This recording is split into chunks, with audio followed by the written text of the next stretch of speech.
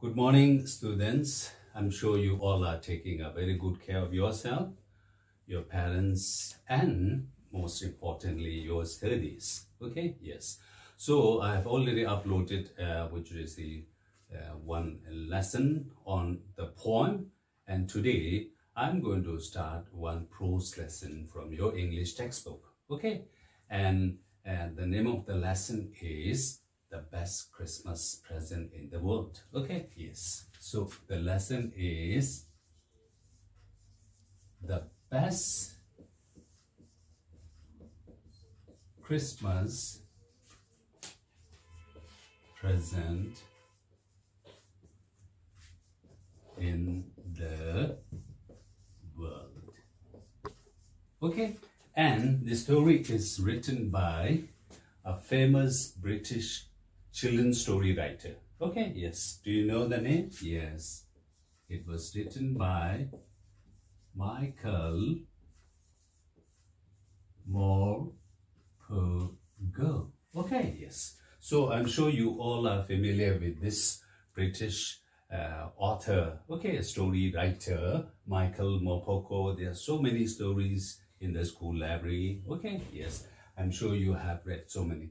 And some of you may be a good, what should I say, a friend. Okay, yes. So you may be a good fan of Michael Morpurgo because he writes so many children's storybooks. And today we are going to read The Best Christmas Present in the World, which was also written by Michael Morpurgo. Okay, yes. So as far as Michael Morpurgo is concerned, I told you he was a British story writer. Okay, yes. And he was born in October 1943. Okay, he was born in 1943. Okay, yes. So he is still alive. Okay, yes.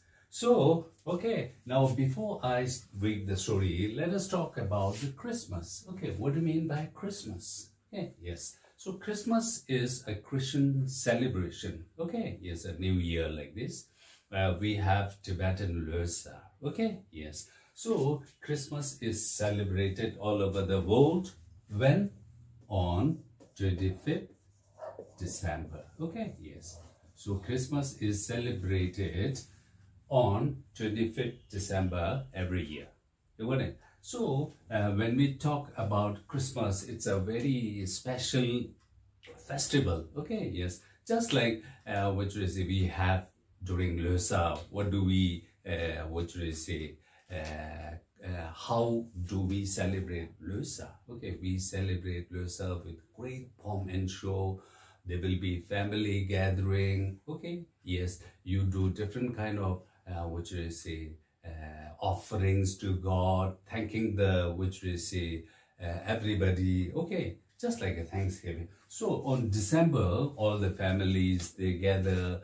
There will be, what should I say, no bad things going on. Everybody will be in a festive mood. So Christmas is a very special day. Even during some wartime, they used to stop to celebrate Christmas. So it's a very auspicious and special day for everyone. Okay, yes.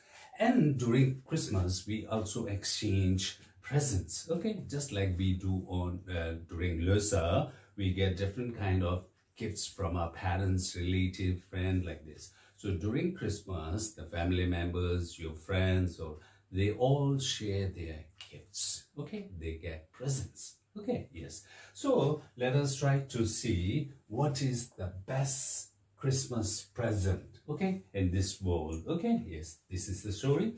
Now I told you while reading the story, you have to also understand the elements of a story. So whenever you come across a story, now you should try to look for all the elements. Okay, what are the elements? We have got the setting. Okay, yes, where does the story take place? Okay, these are the things that you are going to study.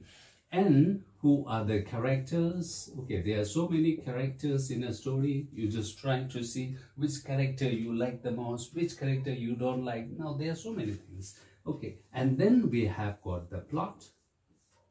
Now these characters will do so many things, okay, in the story. So these are all the events in the story are called plot. And then we have got the, which is a problem.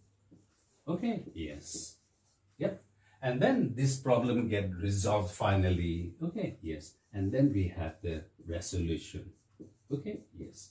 Now these are the, which is the 5 elements. Okay, setting, character, plot, problem, resolution. Now whenever you come across a story, you have to identify all these things. And at the end, after completing all these things, then you will get some theme. Okay, what is the theme? What is the author, which is the, mainly talking about? What is the message he or she was trying to, which we say, tell through the story? So that is the theme. Okay, so we are going to read this, the best Christmas present in the world. You are going to see the setting, you are going to get introduced to the character, you will study the plot, and you will also see the problem. Okay, yes. And then the problem get resolved finally, and after that you will ask yourself, what is the main theme of this story, the best Christmas present in the world? Did you understand? Okay, yes. So we are going to go through the story, which is in detail. Okay, yes. So let us see.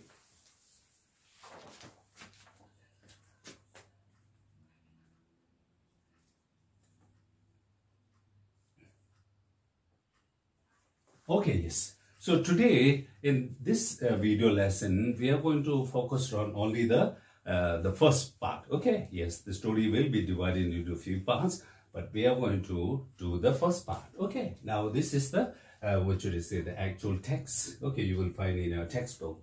So I'm going to read this. Okay, yes. I spotted. Now you see the story begins with the I.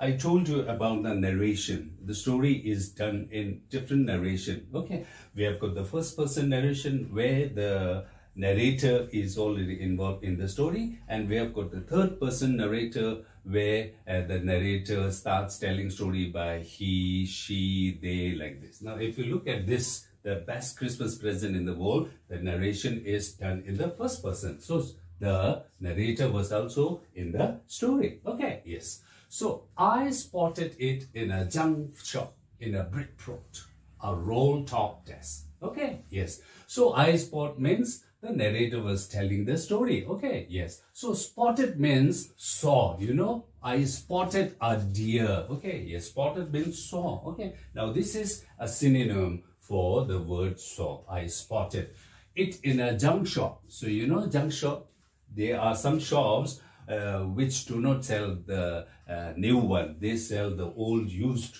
items. Okay, so we call it junk shop in a Bridgeport. Okay, this is the name of the place. A roll-top desk. So what did the narrator first find? The narrator found a roll-top desk. So what do you mean by roll-top desk? The roll-top desk is a desk where you have got a what should I say, thin what should I say, cover. Okay, do you you normally use this when you go to give examination. You sit and there will be one which is table like thing. Okay, so that is a roll top. So you can take out and you can pull out all these things. So this is a roll top desk. Now he found a roll top desk in a junk shop in a brick trade. Okay, the man said it was early 19th century and oak. So this roll top desk looks, it was very old.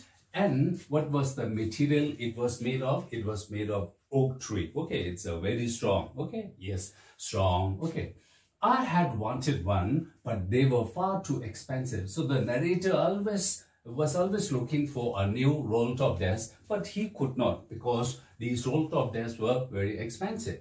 So he felt glad that he was able to find a roll top desk in a junk shop. So the second hand, it would be much cheaper than the new one. Okay, so this one was a bad condition. So since it was in a junk shop, second hand shop, obviously it would be in a bad condition. The roll top in a several pieces, one leg clumsily mended. There were so many repairs made on the leg of the which they say roll top desk. And there were so many scotch marks. Okay, there were marks on the table, roll top desk. Okay, all down one side. It was going for very little money. Okay, so in a junk shop, you find so many used items, and this will be which is sold for a very little money. Okay, yes. I thought I could restore it. Now, although the roll top desk was not in a good condition, but he can save some money. Instead of buying a new one, he can work on it, and he was very confident that he could restore, okay, make it back. Okay, yes, there were some bad things, now he can restore.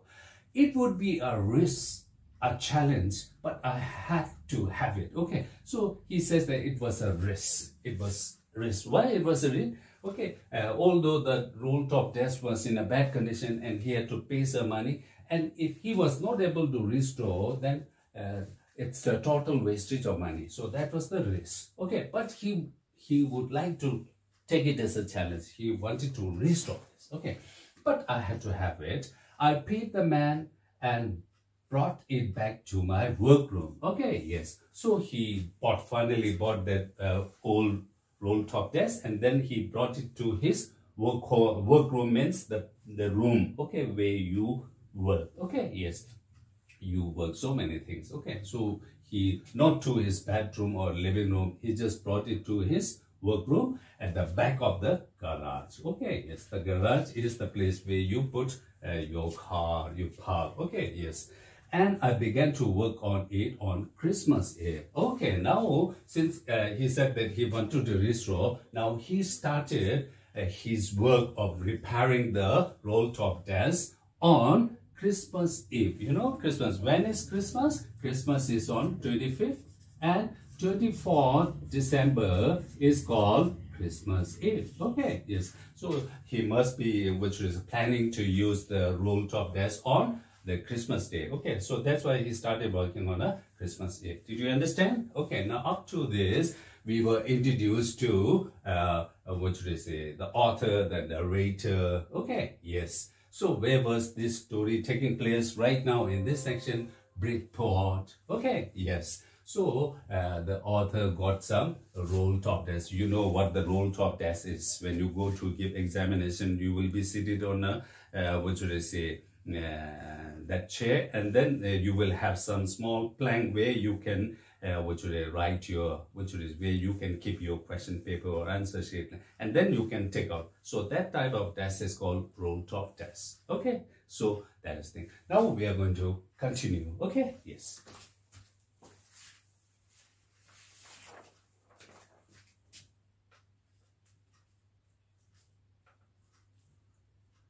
Okay.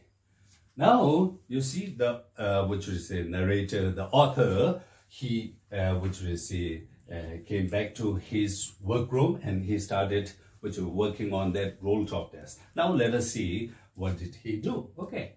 I removed the roll top completely. So, he completely removed the roll top and pulled out the drawers. So, you see, drawer are the small cabinets where put so many things. Okay, so that he took out the drawer, the veneer. So veneer means whenever we have got some table front face, we used to cover that with a small thin sheet. Okay, so that is called veneer. Okay, yes, whenever we see some table, okay, yes, there will be some sheet which is covered on the upper part. So that is called veneer.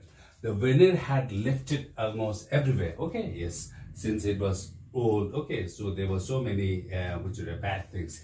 It looked like water damage. So the veneer, the cover of the that table may get damaged because of so many things. So that damage, it seemed to him that it was because of the water damage. Okay, yes. And also, both fire and water had clearly taken their toll. Okay, now he just looked at the, the roll top desk, and he also found out that, it was also because of the fire and the water, because these things had taken their toll. Okay, yes, taken these things and made this veneer look very old. Okay, yes, so that is the thing.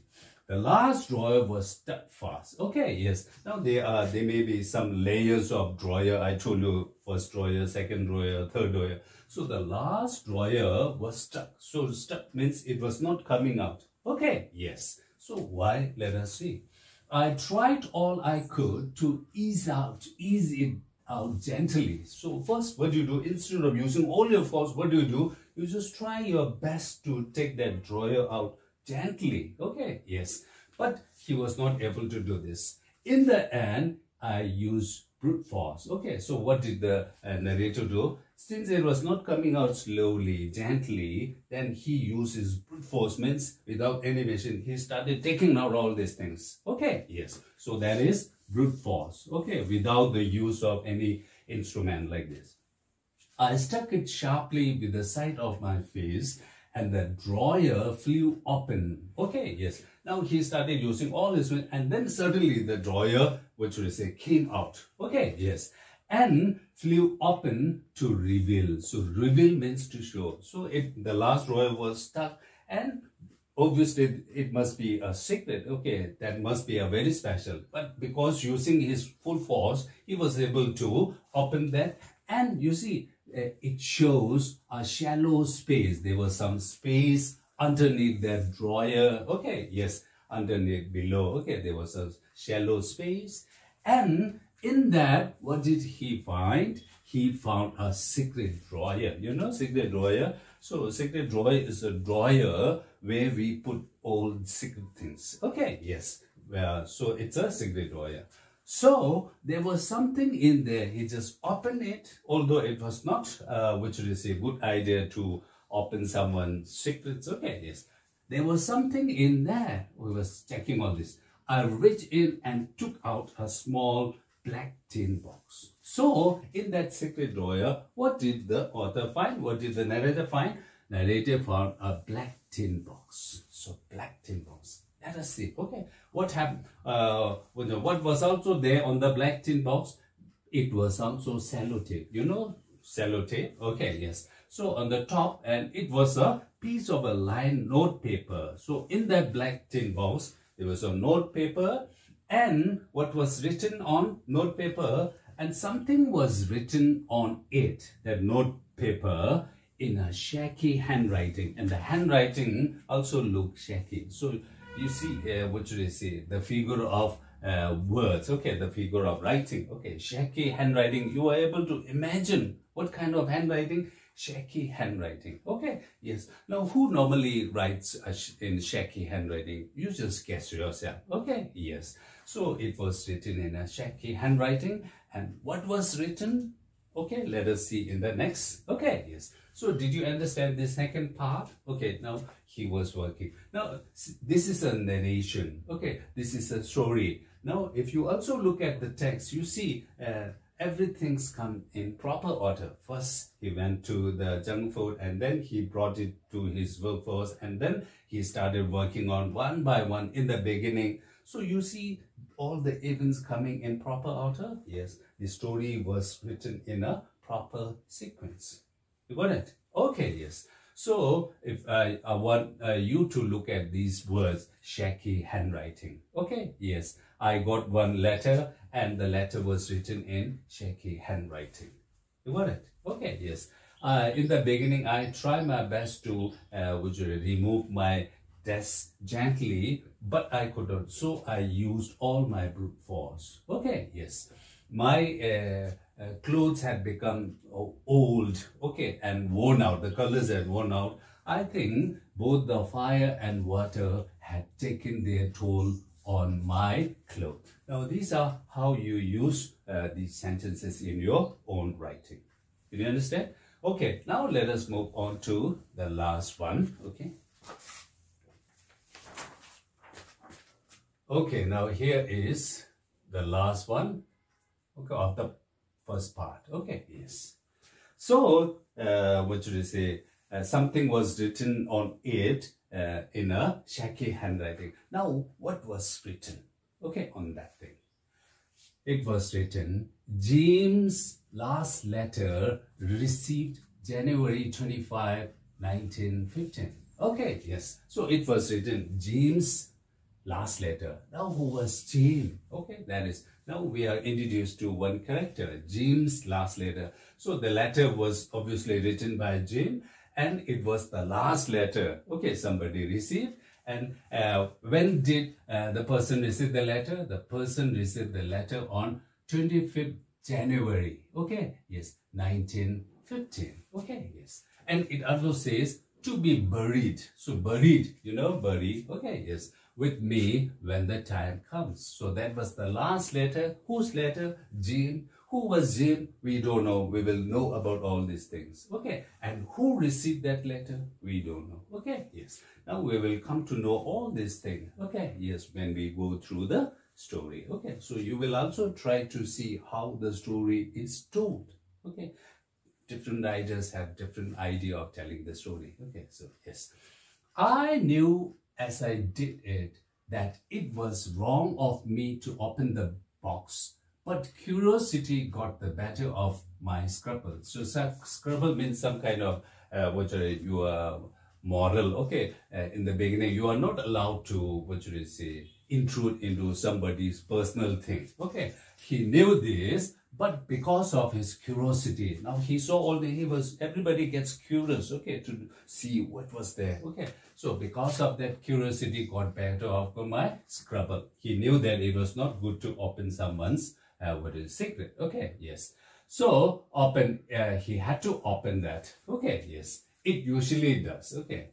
Inside the box, now there was a black tin box, and inside the box there was an envelope. Okay, yes. So inside the box there was an envelope. Envelope, you know. Okay, yes. So where we put letters. Okay. So there was an envelope.